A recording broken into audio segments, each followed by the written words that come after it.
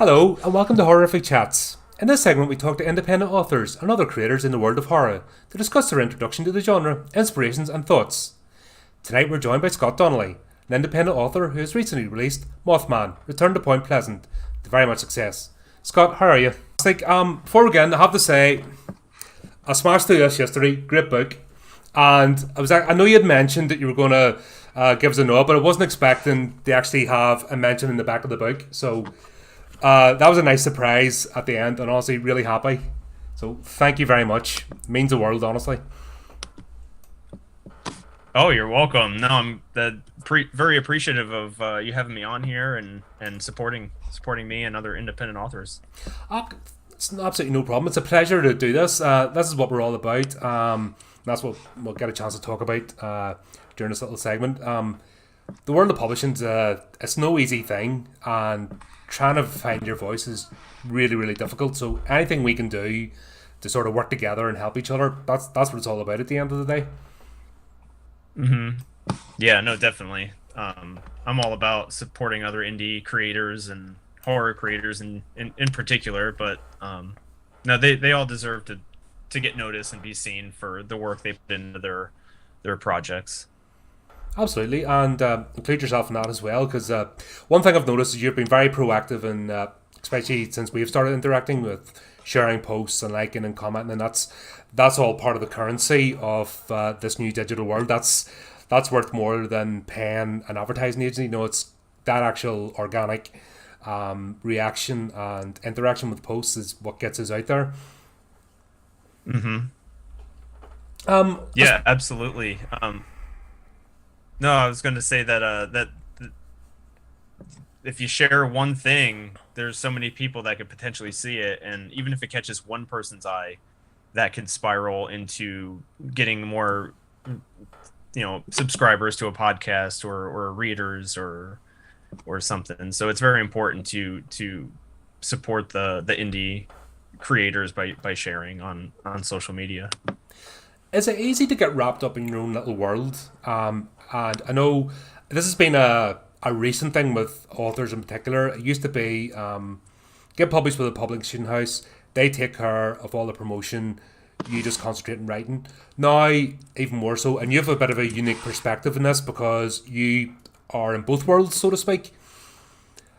There's still an onus on authors to publish themselves. Is that a bit of a hurdle people are finding it difficult to get over? Uh, can you repeat that? I'm sorry, there was So, a little bit of a delay. apologies for that. It's the joys of technology and Sorry. being online and live. That's what we get. I was just saying, you have Right. a unique perspective. You're both published and still create independent works. Recently, it's become obvious that there's still an onus on authors to self-promote and publish. Is that a hurdle that a lot of authors still find difficult to get over? Self promotion. Yes, and the fact that you're responsible for Yes. promoting your. No. Yeah. Self promotion's kind of tricky because you don't want to come off desperate.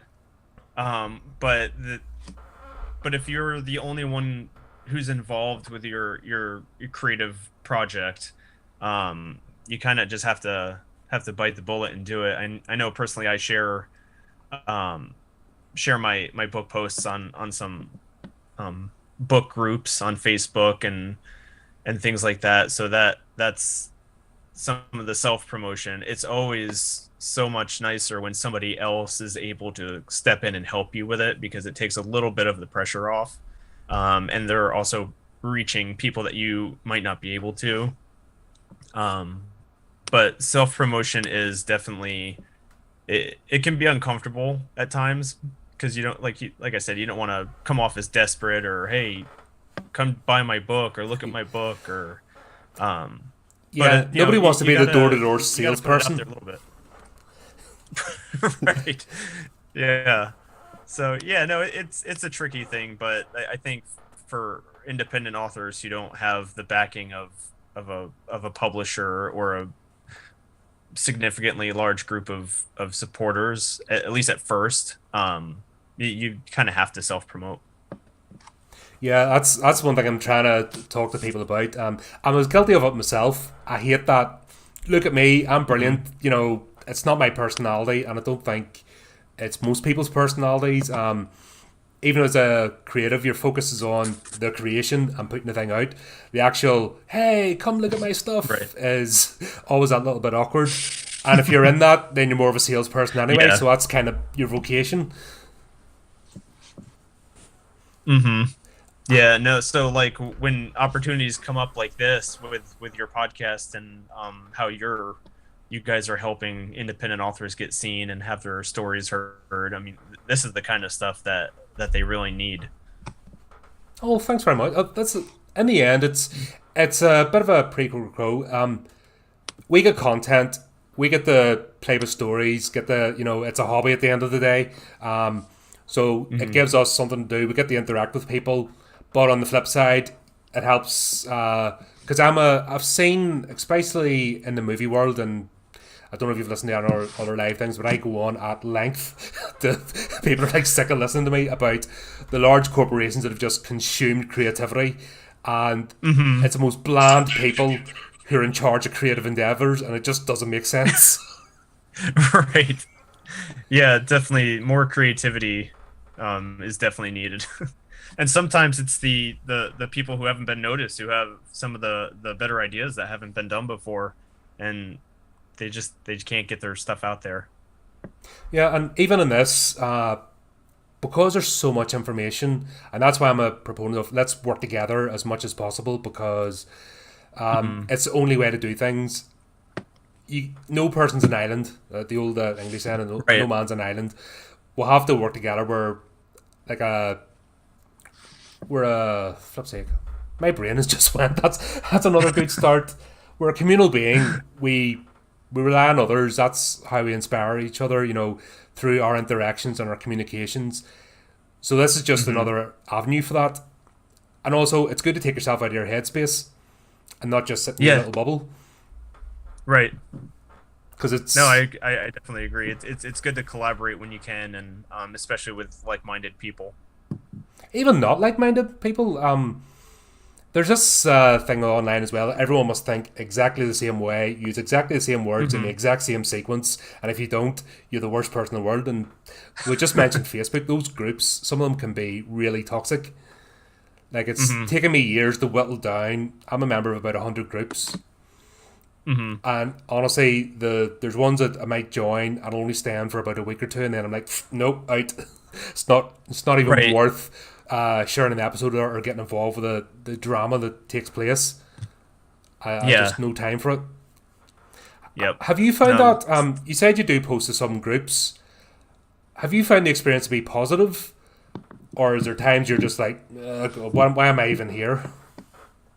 Yeah, it's kind of hit or miss, really, because there would be some groups where you'll get a couple likes or responses to your post, but I'd say a good majority of them get buried under so many other people's posts that it's hard for yours to be seen.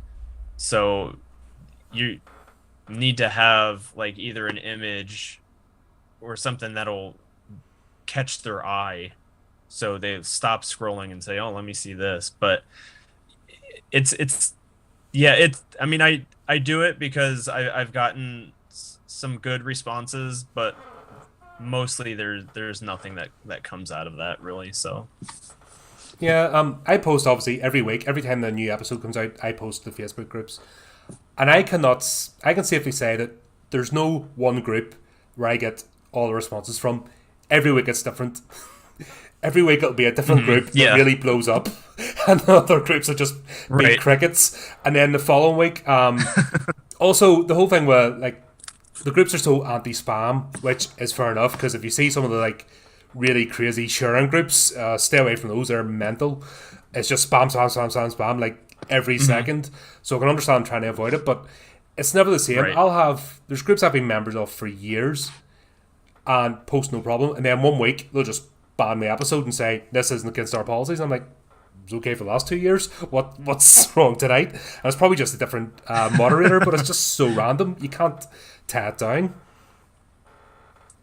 Yeah, no, I've had things deleted like instantly before, and I can't ever figure out why because like I would have posted something very similar the week before. So I don't know how they all work. I think some are just automated, some are managed, and I don't know. It's I honestly, if I ever find out the solution, I'll share it with everybody because they'll be like, finally, we have an answer. Right. Even the group, because actually, over the time as well, I've made one-to-one connections. That's the thing. It's not just some faceless entity. I've met group owners, moderators, admins. I've talked to. I've got people on my friends list that do both. People have obviously got involved with the podcast. People I'm hoping to invite on in the future as well, Right. because that's another aspect of the whole horror genre and supporting. Because that's how people, Mhm. anywhere where people connect, it's an opportunity to collaborate and get creativity out there. So I'm all about talking about it in the different methods. But there really is Yeah.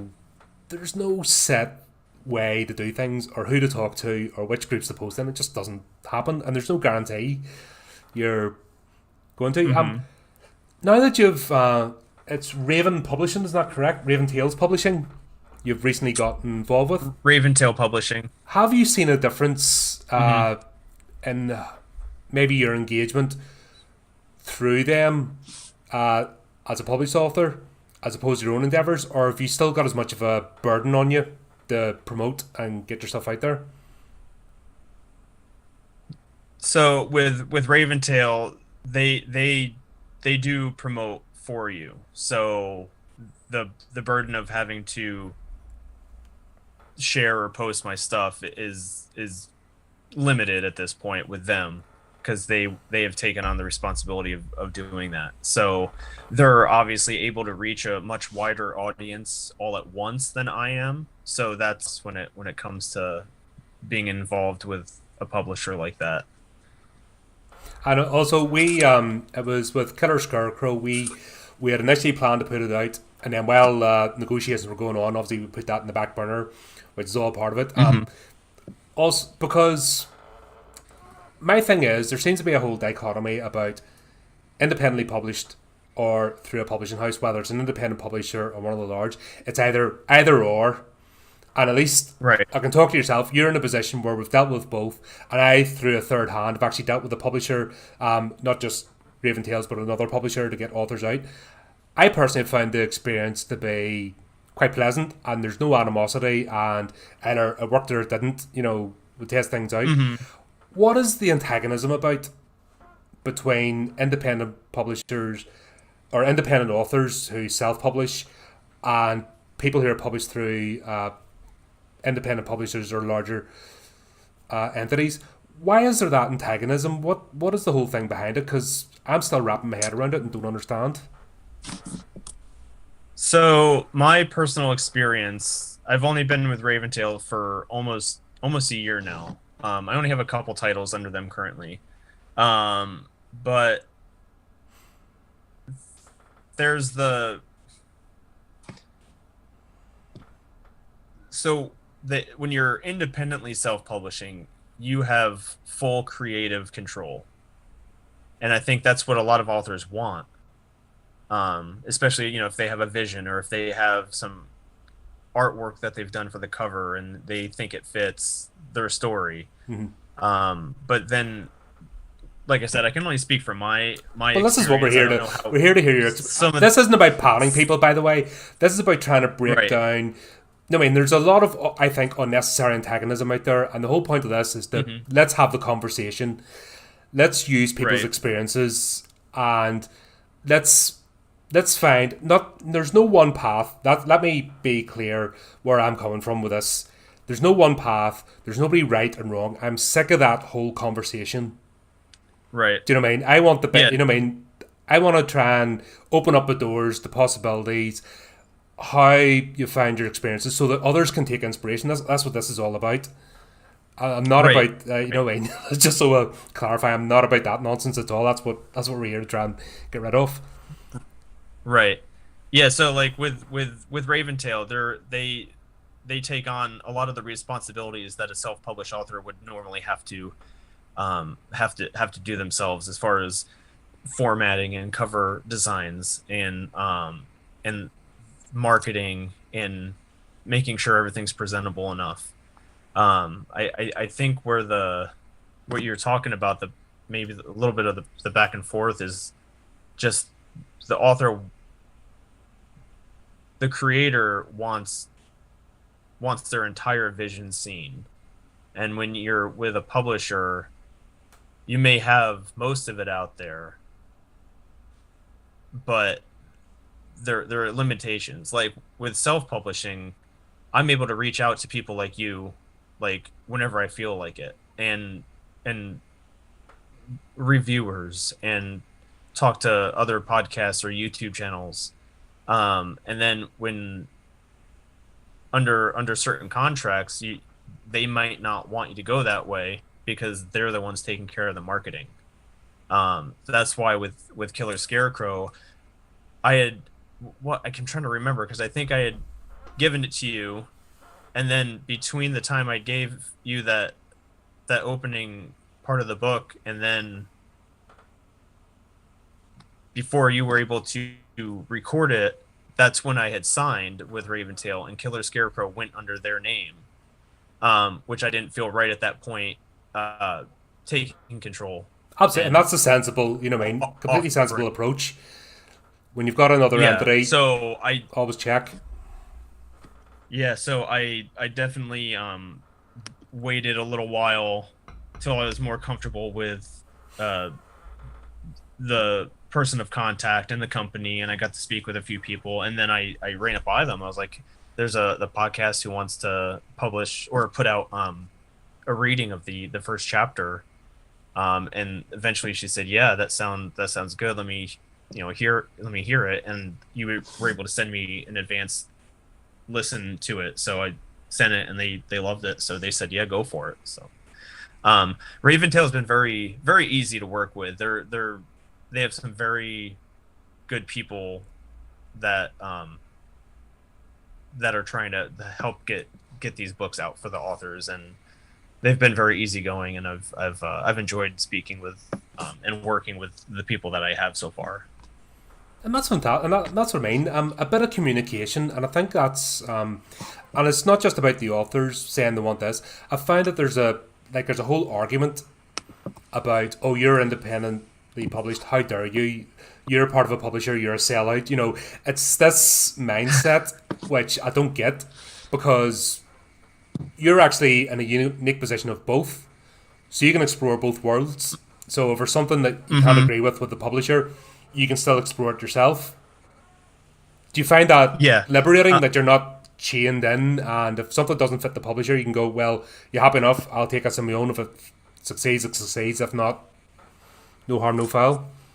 Yeah, I mean, it was an opportunity that they don't come along that often, of publisher coming to you and stuff like that. So I thought it was something that I would regret if I didn't give it a shot, and it has definitely been able to get a little more attention on some books. And also, coming back to what you were saying, I think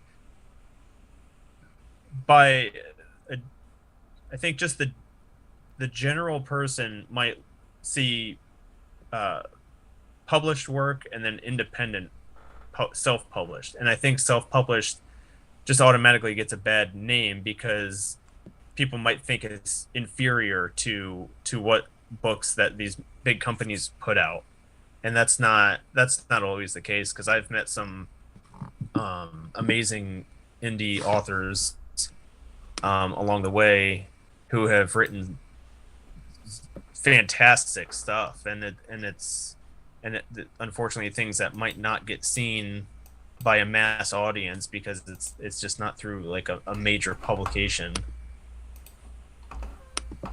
No, that's good, and that's the whole point of this conversation. Sorry, Zoom just decided to pop up with a random message. I was like, why now? That's right. I restart this. A gift from Zoom. Yes, I'm going to ruin your podcast. Something about an upgrade or something. Yes, like there's always somebody, and that's another thing to be wary of. And actually, we could probably talk this. How many scam things are out there? You enter the publishing world, and there's people want money off you. give us so much money and we'll do this, we'll do that, and it's, these wonderful deals that are just too good to be true. It's like before you even start, everyone wants to stick their arm in. How frustrating is that when you're just trying to start out and find your voice?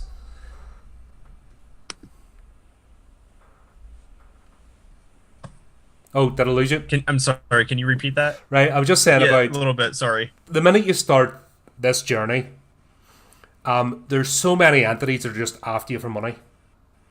They're like, pay us this, pay us that, we'll do that. And how frustrating is that when the only thing you want to do initially is just get your work out there, find your voice, and then get started on your journey? How annoying is it? Yeah. Oh, it's very annoying. Of course, when they start trying to, I mean, there are so many ways to publish your stuff for free. You don't need to take these expensive avenues in order to get. If your book's good, people are going to read it.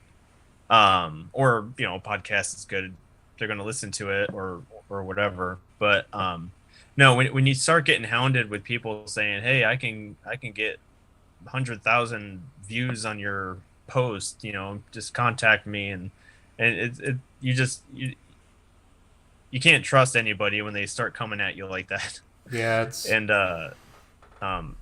you don't need to. The work should speak for itself. You don't necessarily need to start spending all this money just to get your book out there. I've known some people who have fallen for vanity press, and it's turned them off of publishers completely, and they're not all like that. If they start asking you for money to put your book out, you should stop and walk away immediately.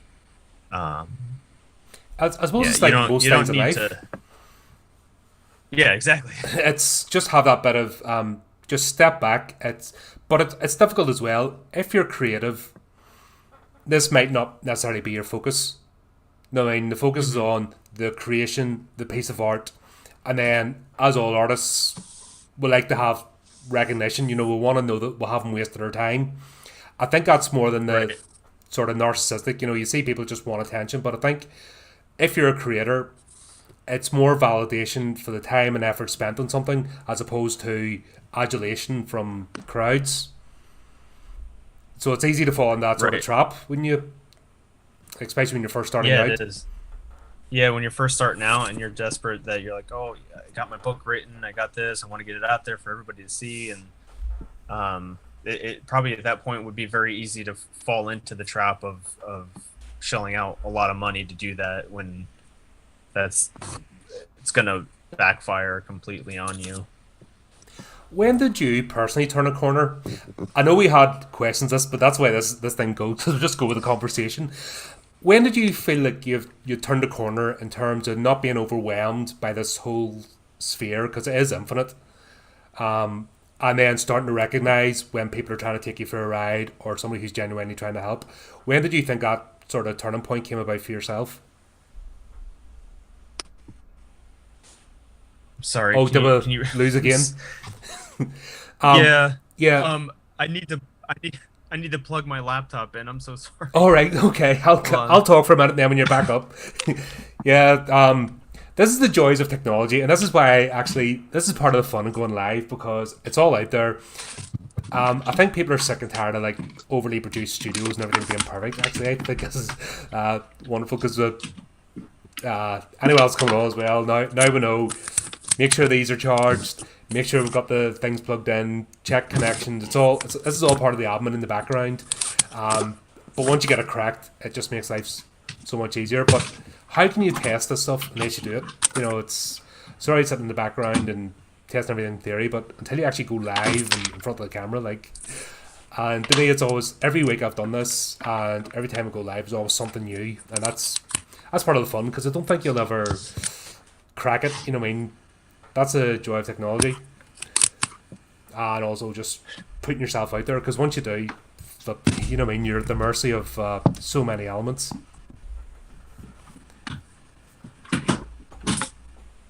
But yeah, I mentioned here, obviously Scott's been on with us twice now. produced 2 episodes. Killer Scarecrow, that's available online, and Mothman Return to Point Pleasant came out a couple of weeks ago. 2 great stories. I've read both in full and obviously had real blast. Good, quick, easy reads, and I got this done in a day. You know, what I mean, I actually, for the first time in ages, I just switched off everything, put on music, and sat down and read. And wasn't thinking about podcasts or uploading or anything. And that's the joy of reading and just taking that time out. So it's always important to do that as well. Are we back? I am back. I'm sorry about Fantastic. that. Here, this is, as I was just, I was sort of ad-libbing there while we were getting sorted out. This is the joys of going live. There's no hiding. And it's all... Yeah, you can't stop this stuff from happening. And that's half the fun as well, because I think as well, there's been a change in the audience, and that's where, like, the mainstream or legacy medias are becoming known as have had a real struggle. The audience has changed. They don't want the polished studios anymore. They don't want everything clipped and precise and everyone wearing makeup and, you know, being robotic in front of the camera. They don't want that. They want reality. They want normal people who just happen to create things, you know, talking, and they want to see this because guaranteed now, you could put this in 100 tutorials, but something like have your laptop charger in, you know, I mean, people remember more of this way than anything else. You know what I mean? It's all part of the journey. So thanks for that tutorial. Fantastic.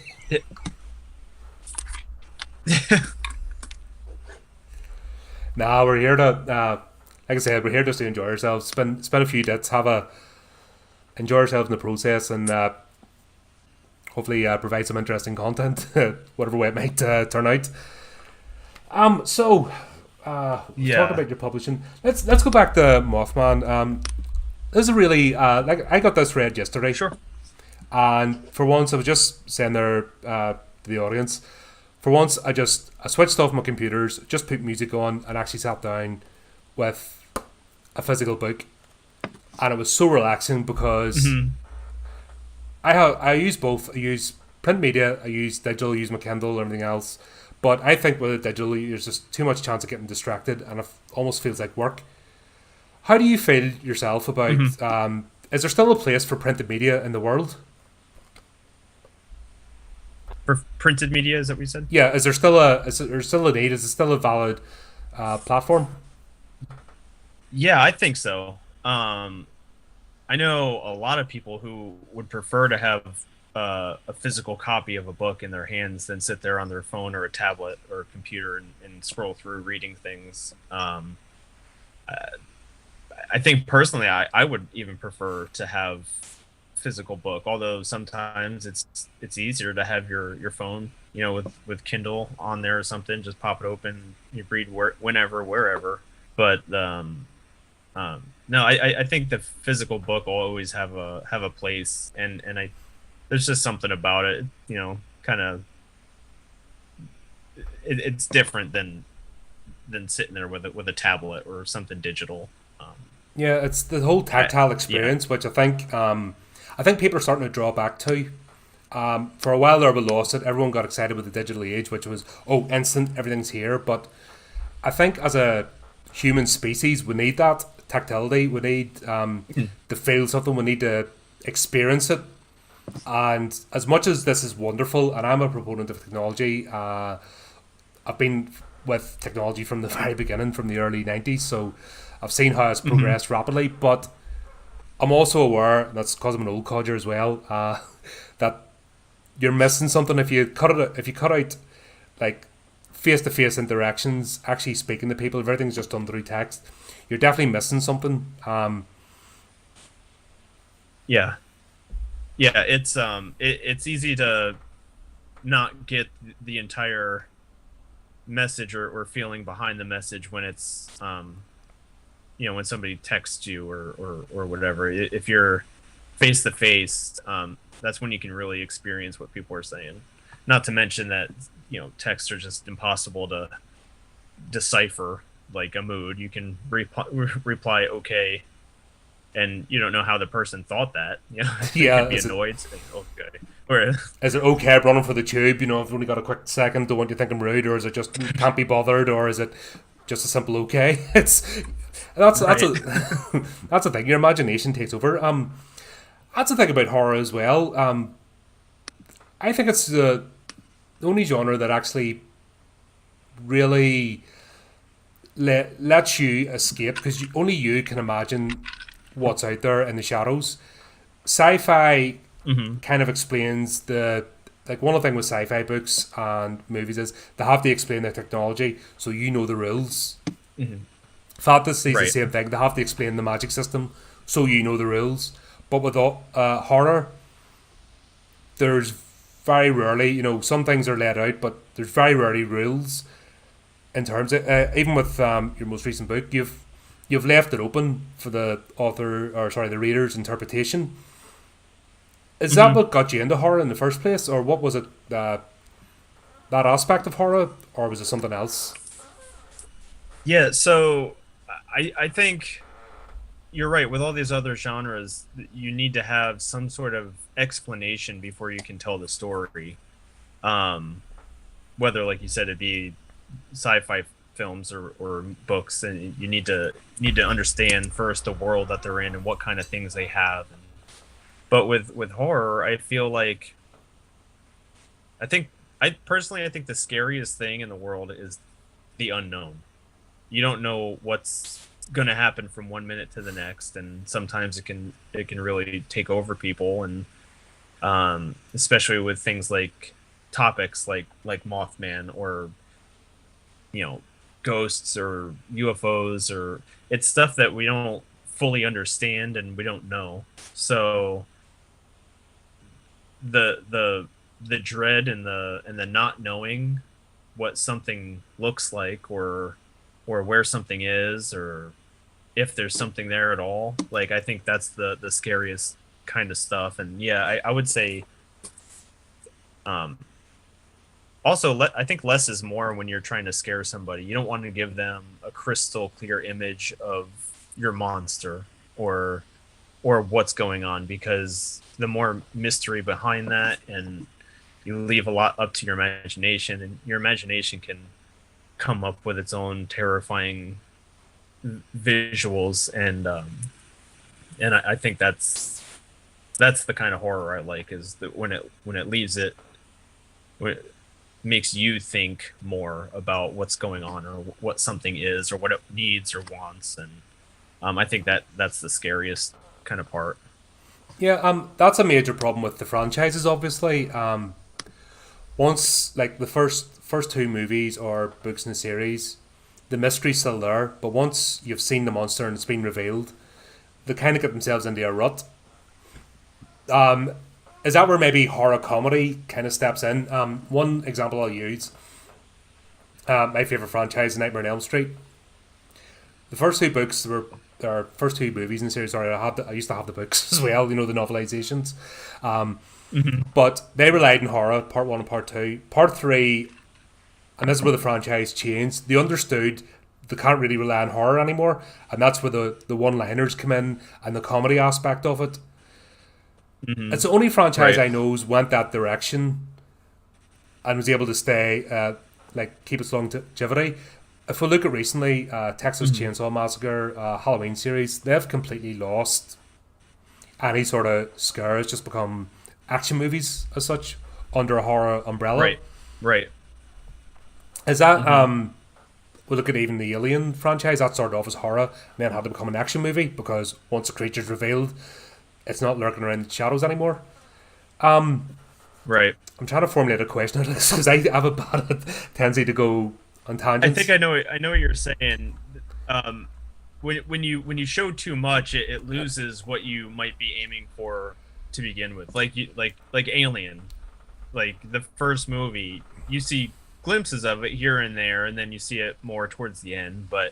Um, but then when the sequels come, they're just extra characters that are just always around, and they're not nearly as scary as they should be. Plus, you always run the risk too, is if you if you have a creature in a movie that's been designed or whatever, you're always gonna run the risk of somebody thinking it looks so stupid and silly, and then other people might think it's scary. And when you show it, you just run the risk of going either way, really. So, how do you avoid that trap as a creator? That's where I was going. Sorry, my brain does catch up sometimes. So, how do you avoid that trap as a creator? Because you've actually got you have a series on the go right now, part of the Scarecrow franchise. How are you avoiding Hmm. falling in that trap? What's your plan without giving away obviously plots? Right. So with the Killer Scarecrow series, the series is called Tales from Mara Lane, and the first one is called Killer Scarecrow, and it's set up kind of like a typical slasher almost. There's an accident at the beginning of the book. Somebody dies. A year later, somebody comes in a scarecrow costume that was relevant in the opening of the book. Mm-hmm. And when the book ends, I think it's a satisfying ending. And then with the sequel, it's called Alien Massacre. So what I've developed is I'm sorry, what were you gonna I say? was saying a clever thing you did at the end of Killer Scarecrow, because I obviously read the full book in Kindle. You left it open. You revealed the killer, but you didn't. Right. I'm thinking of that last scene, and I don't, like I said, Yeah, I I'm don't want to trying to. spoil the plot for anybody. Get it, read it. Honestly, it's well worth it. But you Yeah, revealed thank you. the killer, but you also didn't at the same time. You left it open, and it was hinted all along, which I appreciated because that could have just been slam the door at the end of the book, done. Hmm. But you didn't. Right. So Yeah. how have you managed to take that idea now into the rest of the series? Right. So what I've developed is it kind of very reminiscent of Fear Street. So the stories will take place all on the same street. So Mara Lane, Tales from Mara Lane. That's where Killer Scarecrow took place, and it's a very small residential neighborhood. Um, Alien Massacre picks up, I believe it's just several months after Scarecrow, and it tells a completely different story with elements of Scarecrow that kind of weave in and out. And then the third book, which I'm currently working on, will answer a lot more questions from Killer Scarecrow and Alien Massacre. Um, and it'll just all kind of combine into one giant story that I think nobody's going to really see it coming until it actually happens. So is this a definitive trilogy, or are you going to? Because that's one thing I've noticed when maybe some creators don't have an actual end when how they're going to finish this. That's where Hmm. the potholes or the sort of the hazards appear, where you can write yourself into a corner. Have you decided now that the trilogy is it, or do you have ideas to expand further?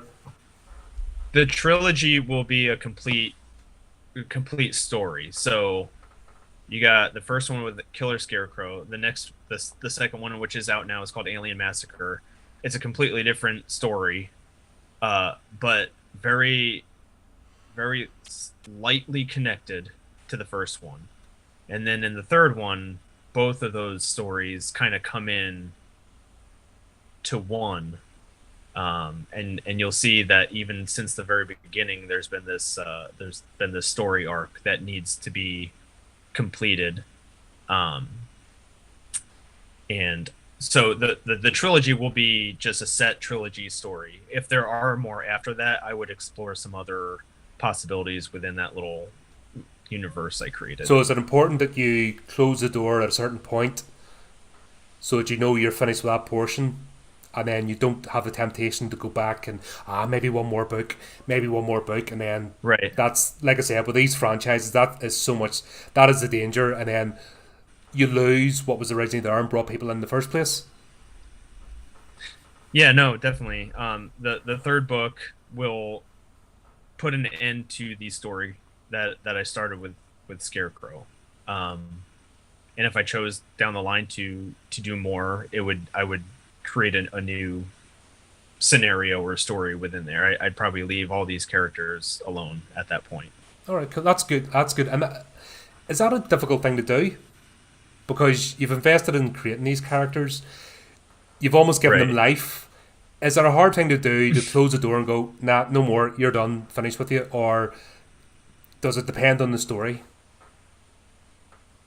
I think it depends on the story. It would depend on how much I like the characters, really. Um, which I like the characters I've created for this series. I think there's a lot of a lot that people can hopefully connect to with them because I give them real world problems that they're dealing with that just happen to overlap with these you know supernatural or horrific elements. So it kind of adds an extra layer of stress and pressure to them. So I do like these characters. I'll make sure that some of them get a good ending though. Even if it's not a splatter ending, because sometimes having a bad character, that's an opportunity to do gnarly things with them. And be like, frustrations. Definitely.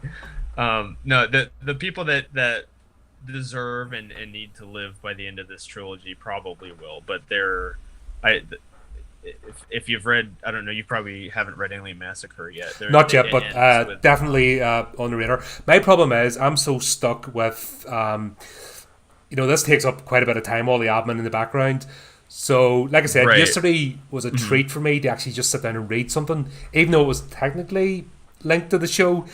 Just sitting down, reading something that I'm not thinking about, okay, I'm about to start recording this, or it's not a snippet, or it's not something for a review, you know what I mean? So Right. I have a load of stuff on my radar, and it's just a matter of getting around it. That's why I try to say to people, don't send me full books because I'm not going to get through it. Or if you're going to do Right. it, tell me what bit you want, or else I'll just in the first chapter because it's a time thing and expediency. And then at a later point, maybe 6 months later, I'll get back and say, oh, I finally got around to reading that. Brilliant, and I'll shoot them a message. But it really is just that, Right. just getting the time to do it. But yeah, I love reading. I love seeing other people's ideas. I love getting taken to places, and that's why I'm a proponent for independent creation. Because you go to the six main publishing houses, you go to Hollywood, you go to go to TV. It's all the same stuff. You can almost beat for beat tell how it's going to work Right. out, and it's got even worse lately because there's an extra level of antagonism in it, as in we hate the audience, stuff you, we're doing this. Don't care if you like it or not. In fact, if you don't like it, even better because I've won, sort of thing. It's very very strange at the moment, the times we're living in. Yeah. Uh so you just talked about you're finishing up a trilogy. Have you anything else on the go at the moment, or is it just as and when ideas come to you? I'm sorry. Can you repeat? Are you saying So apart what from am I finishing off what am I doing next? Or apart from finishing off your trilogy, have you other projects? Do you constantly have a stream of projects on the go, uh, or do you yeah. just like to focus on getting something finished first before moving on? No, I usually have a lot of things kind of started or I'm working on it once. That way, if I kind of get stuck somewhere, I can jump to something else and until I can get my thoughts back for the one I was working on. Yeah, no, I am. Yeah, like I said, in final in that Marilyn series, final for now. I don't know if I'll continue that after the trilogy or not. Um, Another one I'm writing is called Sea Devil for Raventail. It's a deep sea horror. So that'll be fun. I haven't seen that in a while actually. And yeah, That's a yeah, sort of that's a genre that only pops up now and again. Obviously you get the usual vampires and supernatural and paranormal seems to be the thing, and real time sea sort of deep sea horror. I can't even remember. Obviously, apart from Lovecraft, I can't remember the last time I read yeah. something. Right. Yeah. Actually, I give a nod out to Lovecraft and Cthulhu in the book, so so that'll be kind of cool. It's been I have not written in that genre before, so this is the first time I've done it. So I've had to do a little bit of research and stuff on the boats and nautical equipment and all that kind of stuff. So Yeah, it's so it's been fun to work on. So I'm be curious to see how it goes over. is there a Um, danger you're going to be compared to Lovecraft? Like, I've instantly, once you talk about this open sea or sea horror, that's my go-to, and I think everybody's. How are you going to not fall into that trap of of just being trying to compared to compete with that. Lovecraft? Because that's the instant thing that's going to happen, because it's not one that's explored very often. Hmm. Um, just kind of make it your own story. You just want to. You, I got the idea. It took a little bit to get the idea because actually the original idea I had for it was a little more Lovecraftian, and then I chose to go a different route when I finally ironed out a story. Yeah, you just gotta just make it your own. It's a little kind of lighter in tone, but then can get pretty vicious. I know Lovecraft is just usually dark all the way through. Um, so yeah, no, I mean I can't see this one falling into the trap of trying to compete with something like that. It's more of kind of like a beach read, really. All right, Just excellent. fun sea monster stuff. So Fantastic. Well, it's good to know that you've got a lot of things in the pipeline, and as always, great to have you here. And you're thank always you, welcome on the show, and always a contribute. We're glad to share your stuff and have you on board. As you've been a real asset to the podcast. thank you. Where's the best place people can look to find you? I know we've got notes in the description where people can click, but where's the best place that people can keep up to date with your work? Yeah, no, I'm on Facebook, Twitter, Instagram. Um, I have a mailing list if you can find that through my link tree, it's listed in there. I got a couple free novellas that are attached to there, so people can get some free stuff just by signing up. Um, yeah, no, I'm kind of just active there on social media, and always looking for people to want to check my stuff out, or if they just have questions about my things, or I'm being more than happy to talk with anybody. Fantastic. Well, Scott, thank you very much for coming on. Great to have you. Really exciting work. Nice, great stories. Keep you engaged. Folks, make sure you check out Scott and his work. Check our descriptions below. Keep an eye on social media. And until next time, keep it creepy, keep it horrific.